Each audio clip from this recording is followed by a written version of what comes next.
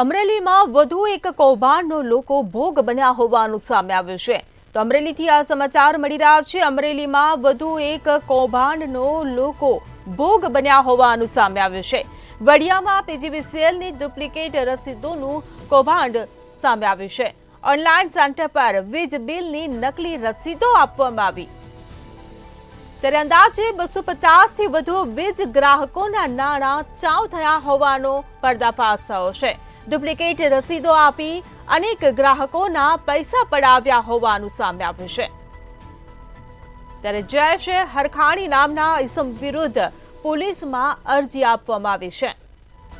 દેસાઈ કન્સલ્ટન્સીના માલિકે છેતરપિંડી મામલે અરજી આપી તો કૌભાંડ કરનાર જયેશ સ્થાનિક રાજકારણીનો ભાઈ હોવાની પણ ચર્ચા ઉઠી છે।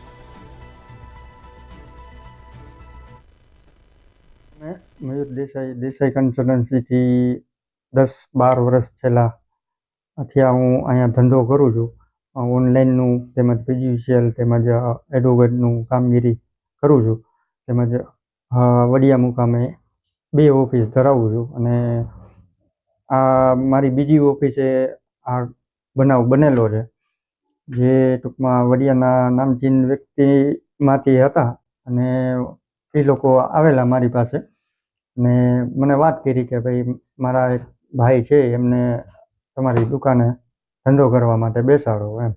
એટલે મેં કીધું મારે એકચ્યુઅલી એ ઓફિસ બંધ કરવી હતી।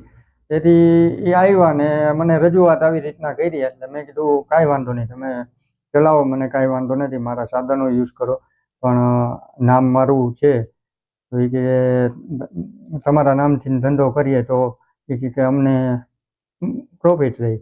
જયેશ પટેલ છે અને હું નાયબ ઇજનેર તરીકે વડિયામાં ફરજ બજાવું છું।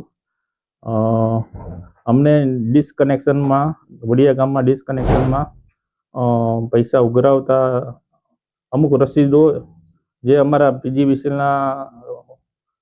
માર્કાવાળી ડુપ્લિકેટ જાણવા મળેલી છે, ટૂંકમાં ધ્યાનમાં આવેલી છે ને આ ડુપ્લિકેટ રસીદો વિરુદ્ધ રસીદો અમે અમારા ઉપલી અધિકારીને પણ તેના વિશે જાણ કરેલ છે।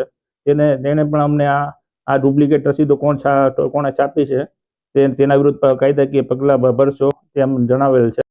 અમે પણ તેના વિરુદ્ધ કાયદાકીય પગલાં ભરશું તે અમે જણાવીએ છીએ।